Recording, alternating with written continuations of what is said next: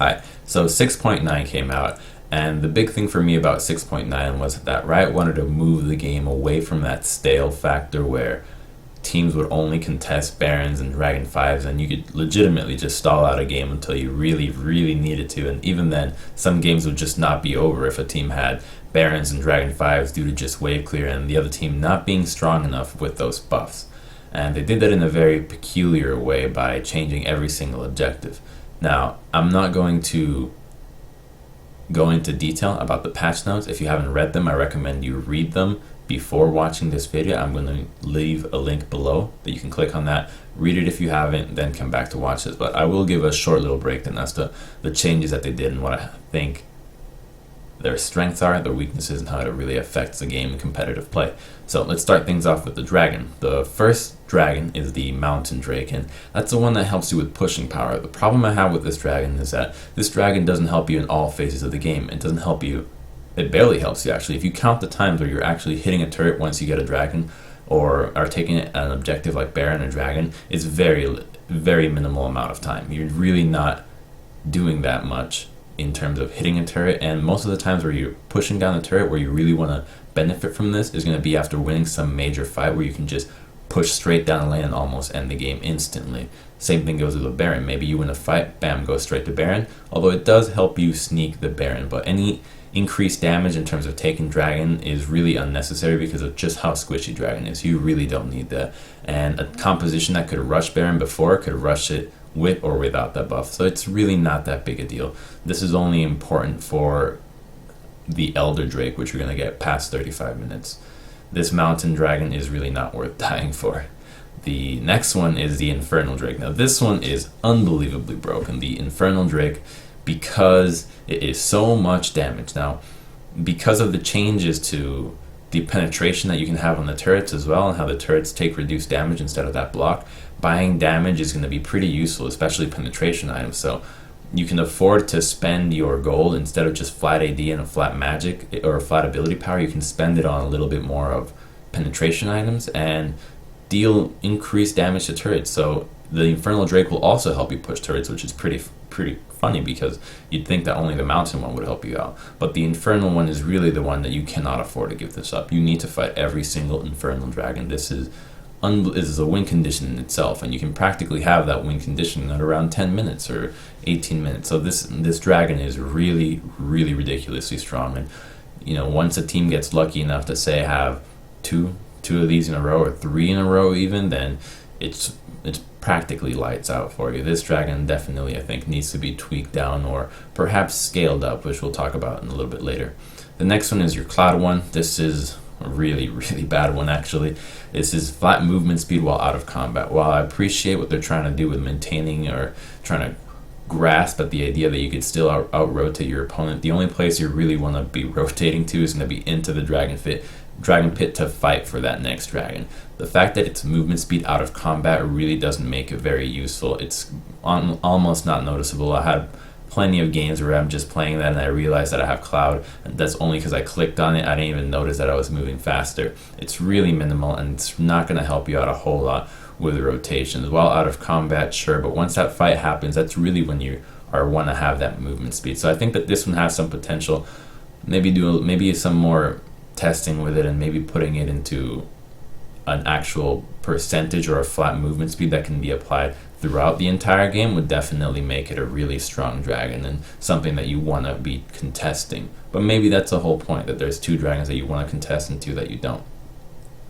The final one is the Ocean Drake, and this one is pretty up there with the Infernal Drake. This one was meant for sieging and poking, but it's a little bit counterintuitive because you want to contest every single dragon, and dragon is in the river and kind of the jungle area. So any team that is designed to siege and poke is probably not going to be in many positions to actually contest dragons very well. So the problem also happens that this benefits tanks just so much. Tanks get so much from this restore of missing health. You know, have you ever seen a Gragas that has Spirit Visage and this buff? I've seen a couple of those, and that's honestly just the scariest thing. You just cannot break through these champions now. It's really powerful in combination with tanks, and in some champions that are kind of pseudo tanks like an Elise, that is really beefy, builds a Rylai's Crystal Scepter. Champions that build Rylai's really will benefit a lot from this and can just kind of be in the front line. It's a really strong thing, and in a game where it's been focused that you want to fight for objectives, this one is really powerful because a team that has more sustain can afford to stay out on the map longer. And if you can stay out on the map longer, that also means that you're going to be able to prepare for the objective better, set up that vision, as well as not have to recall as often, giving you a little bit of an advantage if, say, objectives spawn at the same time. And finally, the Elder Dragon. This one's obviously, it's a win condition. You want to win the game. When you get this, you push to win the game. It stacks up with your previous dragons, making sure that even if you went out of your way and you got 3 cloud dragons and say a mountain one, that you actually have something to show for it, and that's the strength of the Elder Dragon, which honestly, it makes the mountain and the cloud worth it a little bit because of that 50% increase. So if you have a big stack of those, that out of movement speed combat, if it doubles to almost 70, it's going to be really, really strong. As well as, say, the mountain one, that it would be 45% true damage to epic monsters and turrets, which would be quite substantial. But regardless, think about how that would be with the Infernal Drake. That is just 30, that's 36%. If you got three Infernal stacks, I mean, they want to make the game that you win it faster. And the reason why I think it's kind of obvious is because of the lowering of the death timers between the 20 and 35 minute mark, so that if you fight for that objective, when that time comes when you need to be fighting for those dragons, if you die, you don't lose the game. If you die, you have a chance, some sort of a slim chance to give a final stand once the game progresses, and it's a different approach, and I can respect that. But regardless, the Elder Dragon, absolutely broken. It's a win condition, it's Dragon 2.0, but it lasts a lot less, so you need to be really quick on your feet. And this, coupled with the other changes, has a really interesting shift in, I think, the meta around champions, because some champions' specialties are going to be really useful now. The next change is going to be your Herald, and Herald is basically the same as it was before in terms of how you take it. You can 2 mana, you can 3 mana it, some champions can even solo it. The buff is really powerful, of course, and you don't want to let it go through. But the problem with Herald, unlike Dragon, is that you can't just show up to it and sneak it. You actually have... It's actually pretty obvious when somebody goes and says, hey, I want to take a Herald. It becomes apparent because people are missing for a long time. They've been in the top side of the map, and it's relatively easy to ward because you just can't sneak into it very, very efficiently. And it's really easy to contest. I mean, how many times do you see somebody try to 2-man the Herald and immediately the entire team collapses and says, no, you can't have it. So the Herald is kind of like a drop 1 ward here and there, but for the most part, you know that the Herald is going to be safe because of how relatively difficult it is for you to take it without being noticed. Baron duration, it's up, really not a big deal. That doesn't really change a whole lot. It's the same thing. You get the Baron, you can push really hard with it. Maybe it's built so that you have a little bit of a bigger time window if the team has a lot of wave clear, so that you can try to push a little faster or try to get more turrets out of that. The next one is your buffs. Now, I think I've made my stance of the buff timer is clear, and for the most part, it's what we would expect. If you are in a novice elo and you don't understand buffs, you're going to get steamrolled by anybody who just read the patch notes and has a little bit of a better game sense. And as for the game, it just mostly just reveals what your position, what you're going to be, and it's an easier way of keeping timers. So you say, oh, look, a buff's coming up. Maybe they're going to go there. Maybe we can do something else. I won't digress. But the thing with buffs is that the duration got actually nerfed, and the strength of them got increased pretty substantially. I mean, the AP and the regeneration from the red buff are really strong, so they're definitely nothing to scoff over, but I think that the blue one's probably a whole lot better, just because the red one's regeneration is out of combat, and to be honest, junglers that take it or champions that take the red buff they're not really taking a whole lot of damage outside of combat, so they don't really have a whole lot of reason to regenerate, unless you want to go for some sort of poke somebody out and then regen and then take an objective kind of thing. Then the regeneration is not a big deal, unlike that 15% AP power increase in mana regen from the blue buff. So blue buffs are definitely really, really strong. But because the duration of the blue buff was shortened, and because the duration of the Elder Drake is also shortened, I actually think that the mastery that increases buff neutral duration might be something to rethink about now. And unfortunately, not a whole lot of junglers can afford to go 0, 9, 18 trees points in the middle tree, but the ones that can might be able to benefit, and maybe new builds and strategies with these champions can be really beneficial from that mastery. The next trade, which is I think another one that is really indicative of the places that we were going to want to fight, is the changes to the turrets. Now the turrets deal a lot more damage than the outers and inners, give less gold, but the big one for me is the fact that they changed the block, the defensive system from the turrets from the flat damage block to a percentage. Now what that means is that percentage is going to alleviate damage from minions, which means that if you can leave a big minion wave, or you build up a big minion wave, you're not going to be able to take the turret solo. You're going to need to be hitting that turret. Like, the minions won't get it by themselves. So that gives you a stronger sense of, I need to fight somewhere else. I can afford to give up this wave because I need to be at the dragon pit. That's what that means. That means you can give that wave up. You will have to give that wave up. Your turret won't die, don't worry, but you're going to have to fight that dragon. And it just all points towards you need to be fighting a whole lot. The next change is one that I think is a little odd, which was the jungle experience change, which it's quite a bit. You know, the junglers that can afford to power farm and jungle really quickly get a really big lead. For example, champions like Rek'Sai and, I mean, who else can jungle really quickly? A Nocturne or a Shyvana, things like that can clear just unbelievably quick, get such an XP advantage that while it is possible to return it, to catch up, it is really easy to build up an XP lead, and that's kind of scary.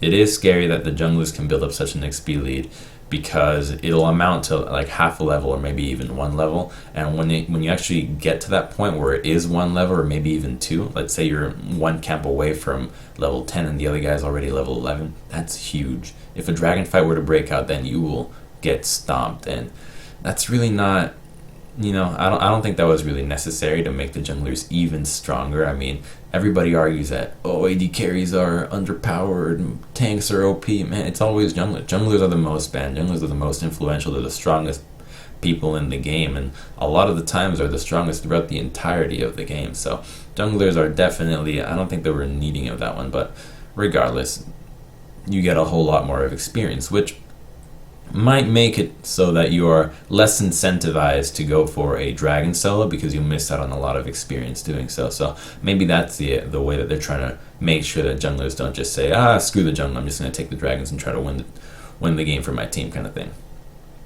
And of course the death timers. So the death timers, as I mentioned, 20 to 35, that's the time where you're going to be dying and fighting for that dragon, so that you just don't lose the game flat out then and there. But if you give up those infernal dragons or elementals or elder drakes, you might as well have lost. So I think they're going with the get rich or die trying approach to the game. So let's see, how does this change the game? So what I've come to the conclusion is that you're going to want to contest almost every single dragon. You really don't want to give these things up because of the idea that the elder dragon will become much stronger, or also because of the fact that some of the dragons can be really strong. You know which dragons are going to spawn once they die, but for example, let's say you're stuck on welfare and you're doing really poorly and you're down 0-5. You manage to see the enemy take a cloud dragon, okay, not a big deal, and then you see the next one is infernal, and you're thinking to yourself, oh boy, you know, we got 6 minutes to try to come up with the money to do this. You got to pay, it's like you're paying rent, you got to make sure that you can fight that, and you just say, you know what, we're not actually strong enough to contest this. Our champions don't fit very well to fight this dragon. We're gonna have to throw ourselves out there, and then you do, and then you lose the game, and that's kind of how it goes because of the strength of some of these dragons that are just win conditions in themselves. So the dragons are really overpowered, and you don't want to give them up. But more importantly, because you don't want to give them up, the quickest that you can take them is in a lane swap situation. That's the quickest ways that you can take dragon without being contested. If a team lane swaps and sends their duel into the top side, you can just push that turret down, and then on the retreat, you just 3-man the dragon. and voila, you got yourself a first dragon. And if you somehow manage to get an infernal dragon on that first go, that's going to be so annoying. Or maybe you get the mountain one, and that's actually kind of useful for a push in a lane swap. That's just, you can't afford to give that up, because the top side will get absolutely nothing in return. The jungle clear will be the exact same. Herald doesn't spawn. It didn't even spawn before, and it'll be harder to take down the dragon. So I think that this kind of shuts down lane swaps to a pretty big extent, just because you just can't afford it, especially if the other team picks champions that can take the dragon down really quickly and not lose much tempo in a lane swap. It becomes almost no reason why you would want a lane swap. You just need to pick your champions that can lane and keep them in the bottom side, keep them in the side that the objectives are on. Which also brings up another point with competitive, is that once that dragon gets taken, why not just swap your duel into the top side and take a Herald then? Because a Herald is so strong too. So if a team gets that big tempo advantage and manages to just push you in, swap to the top side and immediately say, oh, you know what, it was a Cloud Drake that was coming up, we're just going to give up this Cloud Dragon and take the Herald instead. You can have this dragon. We're going to keep the Herald and give it to, I don't know, our Kindred, and Kindred's going to, or our Nidalee, and our Nidalee is just going to pop off and just destroy the game. So it does have a bit of strategic diversity, and I think that they have kept a bit of strategic diversity, but it has dwindled down at the cost of a lot more fighting. So your mechanics are really important now. But not just your mechanics, because you want to keep your lanes, the champions that come out of this are going to be so different. And just because you want champions that can constantly be fighting, that don't have reliance on their ultimates, on really long cooldown ultimates. So for example, a champion like, say, Shen, who after his change is a pretty strong champion, his ultimate's such a high cooldown that let's say you burn it and you don't get a dragon out of that, then the other team is just going to force a fight out of you, and you're not going to be able to have the tools to do so. You're not going to be able to defend it or even catch anything in return. And that's kind of unfortunate. It does take a different turn. Sorry. And I think it kind of changes the meta in a really powerful way, so that champions that can farm quickly and push waves really effectively and constantly be taking objectives and excel, and I mean just beautifully excel at dragon control and jungle fights, are going to have a really strong advantage. So picks like, for example, if I had to pick a jungle champion that would be really strong, I'd imagine things like Rek'Sai, Graves, Nidalee, those kind of champions that none of them need their ultimates to really skirmish and win a fight, and all of them are really mobile, they can clear relatively quickly, and they are god tier at fighting in the jungle.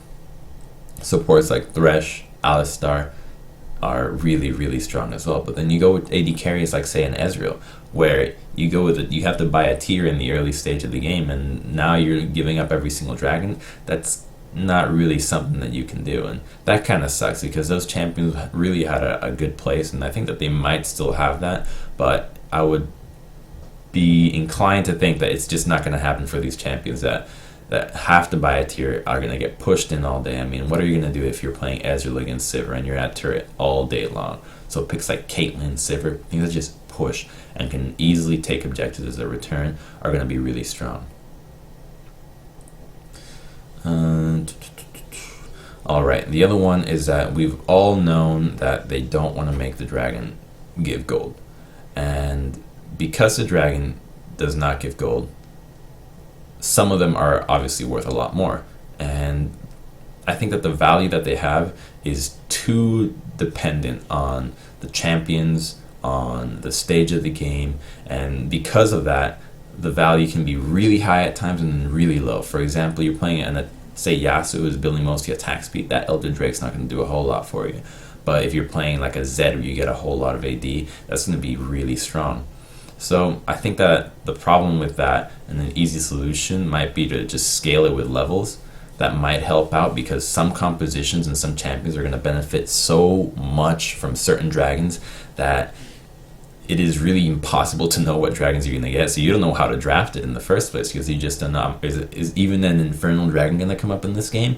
Let's say you build a comp that you just want to stack Infernos and not a single one comes up. You're kind of screwed. But then the other guys build a comp that's a poke comp, and they only get like I don't know, the movement speed out of combat, and it doesn't make sense. The drafting and the randomness from the dragons is a difficult thing to plan for. So but it also gives you a lot of value and makes it really OP as a win condition. So I think that the best thing that they could do is just scale it down, or we'll see how honestly we'll just see how teams adapt and what kind of champions come out of this and how much they benefit from. But from what I've seen so far, it is really difficult to plan for it, and almost always a dragon or an infernal or a cloud one come up, and those are just too strong. The reason why they're so strong is because it just so happens that when a team gets one of these dragons, the combat stats in it are just so much more powerful than any other ones that you just have such a difficult time contesting any other objective afterwards, because the other ones don't give you a combat stat, and while they promote for you to do something else and say, oh, we're just going to give up the dragon and rotate them somewhere else, that is counterproductive. That's not really what you want to be doing. You're going to want to be fighting these. So if all of them maybe gave some sort of combat statistic, then it would be really cool. Like maybe some of them give you armor, some of them give you magic resist, or both, some sort of damage reduction, things like that, that makes it that each one has its own unique ability to fighting.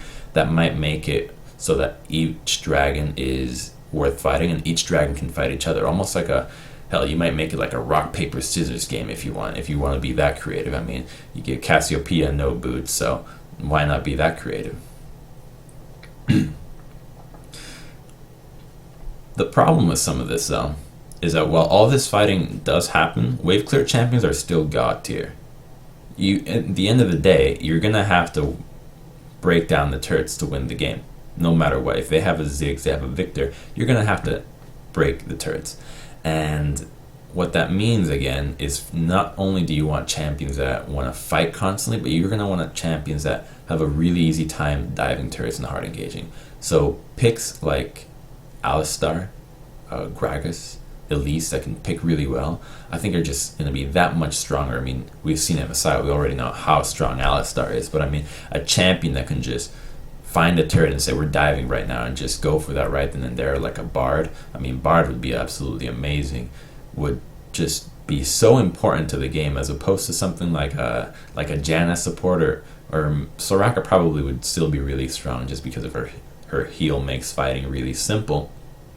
But these champions are going to be needed because of how important it is to secure the fights and secure the objectives around Dragon, because of their strength around Dragon and sieging. So a little bit of a shift in the meta is probably what would happen. And to be honest, I don't think that the changes are bad. I'm actually looking forward to it, because a lot of it will depend on having those mechanics. Now, what upsets me is that we're going to have to play on the more mechanical level when we have 70 ping, so solo queue is going to be a little bit difficult, and that might just give China the complete competitive advantage for succeeding really well in the upcoming tournaments. But there are a couple of things that I fear would happen once these changes actually become. Now, I think that right now it's fine and a little bit imbalanced, and once they tweak it a little bit better, it'll become a funner game to watch. So the first one, let me just see this right here, the smite steal. So I think that smite stealing is too strong right now, and here's why. Because the biggest smite steals before are you smite Baron, and that happens at 20 plus minutes, and that just means that you can lose the game off that. Honestly, you get your Baron stolen, you could lose the game, but everyone's in on it. Everyone knows that you're giving up, that you're fighting for this Baron, you're sneaking it, whatever it is. You know that you got to zone this guy off. You know that you have to make sure that you secure this objective at all costs. It's a game-winning objective, and everyone's involved. But when it comes down to the dragon, it's not that everybody's involved on this. Hell, it might be just two people saying, hey guys, let's try to solo this. And then you solo it and it gets stolen by, say, an Ezreal ultimate. And you just gave such a massive advantage to the enemy team. And that responsibility, for you to have it, for only one person, two people in the entire game to have that responsibility where you can win or lose the game that early on, at all stages that Dragon is up, I think it's too much. I think it's unfair to the teammates. Now, I'm pretty good at smiting, so I'm actually happy for it, but I can see why it would be upsetting for, say, a support to be doing really well in his game, or say a mid laner to just be having the time of his life, and then out of nowhere, like, oh, wait a minute, this guy's much stronger than me now. What the hell? He's regenning? What's going on? And oh, that's sorry, got outsmited. Happens again. Whoops! Now they have burn damage at 35. Whoopsies! That kind of stuff. Or like, oh, now it has 24% more damage. Sorry, now they have the infernal, and it's just, I think it's too much. So I think that some sort of way of preventing the smite steals. So for example, I don't think preventing them. I think that maybe having to fight for it. So for example, if you want to smite steal, you got to smite it from the front. I don't know, something wild like that would probably be a good idea, because if you do the dragon from the front, that means you're going to have some sort of confrontation instead of just coming up from behind and surprise, I just took it. It's like, no, you got to be hitting it from the same side. So both people are going to be trying to either fight with each other or just try to outsmite while they're both hitting it, and that, I think that makes it a little bit funner, as it fits the theme of constantly fighting. The next fear that I have about these changes that could happen would be that the game becomes very, very stale, just because of a huge fear of losing the game. So for example, let's say I'm playing an assassin mid lane, and I know that I have 9 seconds to fight this guy, and with like a 70% chance of killing him. Hell, let's do 60% chance of killing him. The other 40% chance, I'm just gonna get chunked out and have to recall. Am I gonna take that risk? Because if I lose that gamble, I will lose my team, the Infernal Drake. It's like, nah, don't think so. That's not gonna happen. Before, if you had that gamble and it was say like a 50-50 and you only lose like say Dragon 2, go for it. People go for that fight all the time, and it's exciting. So it might remove that element from the game, from taking that higher risk play that will involve something around the dragon. And because these things are so involved around the strength of dragon and how good it is as a win condition, I think it's just going to make the game so centered on the bottom lane and the middle and bottom, so the team that will just have superior dragon control, because you're going to need to have it warded 24/7. It can be snuck. I mean, you show up to the dragon pit, you drop a pink ward, everybody has to go to the dragon. You got to check. What if they're taking it? You can't afford to give that up. So a lot of control around the river and dragon will be really important in this game. So early vision, as well as champions that are really strong at assisting these lanes. So for example, picks like Kindred and Graves are really strong at ganking topside, the top lane, because tanks usually take a lot more damage to die. So a pick like Kindred has a really easy time just finding a tank, mauling him, he's dead. But a pick like, say, Gragas or a Rek'Sai is super powerful for just demolishing the dual lane, because they have multiple CC and can approach from really creative angles, as well as disrupt 2 people at the same time. One, Gragas being the one that can disrupt 2 people, Rek'Sai having the more creative paths. And that just kind of changes the game a whole lot, because it focuses a lot on the bottom lane, and I guess it just isolates top a little bit further, just because of the difficulty that it is to get that Herald. And because of that fear of not wanting to do a whole lot, games might become very, like a showdown, Mexican showdown, when nobody wants to make a move. Whoever makes the first move might get caught and then loses the team the game. It's like, whoa, that guy tried to do this, he got caught. All right, Dragon's ours. Now you're gonna be really struggling for the next parts of the game, and that's kind of that could definitely happen, especially for some of the most important dragons. If teams are really nervous, games might become really boring, but they'll probably become really explosive. It's just something that could happen, and hopefully it does not happen. And let's see, the last one is the dragon sneaks, which I think that, as I mentioned earlier, the change in jungle experience makes it so that as a jungler you don't want to spend a whole lot of time soloing the dragon. But if you pick a jungler that has a really strong matchup in terms of clearing, and you know that you created a bit of a level gap between you and the opposing jungler, let's say you're playing Nidalee against like a Gragas, and then you just happen to solo the dragon, and now you're right back at the same level, that's brutal. Because you managed to clear the vision, control the vision completely, while you had pushing lanes, and there was nothing that the enemy team could do to defend you from that dragon. So your champions intrinsically, is that the word? They ended up just winning you the dragon, which is a win condition. So these really strong pushing champions that enable the jungler to do what they want and farm really fast and spend some of that time to, say, solo a dragon or get some assistance in terms of soloing that dragon will be so important because of the strength of that objective. Fighting for the buffs, fighting for the Herald, fighting for the Baron, it's really not a win condition because of the duration. The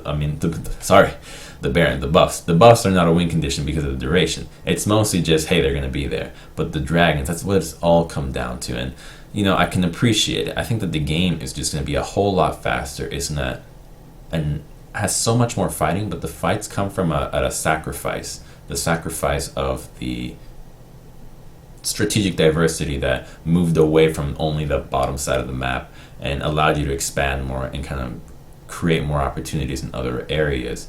And it's currently imbalanced. I think that it'll end up being balanced, but it definitely is more fun. I think that they've come up with a creative way of solving the randomness problem, but I think with some tweaking, and what would be really interesting is if they were really vocal about the approach that they wanted to take to the game, as opposed to just fighting and contesting kind of things. If they were really just, hey, this is exactly the kind of game that we want to see, I think that it'd be easier for players to understand the directions and actions that the balancing team ends up making. For now, I think it's kind of fun, and I'm still getting the hang of it. It'll probably get better, and it's definitely a really big change for the mid-season, but I can respect it. If you liked this video, which was incredibly long-winded and, to be honest, hard to keep all my thoughts on it together, feel free to let me know. And if you also, more importantly, if you like and love memes, especially the dumbs and smarts memes, I got something for you. I have shirts that say dumbs and smarts. So if you like those, there's a link below. You can also click on that, get one for yourself, and meme out with your buddies. So thank you for watching.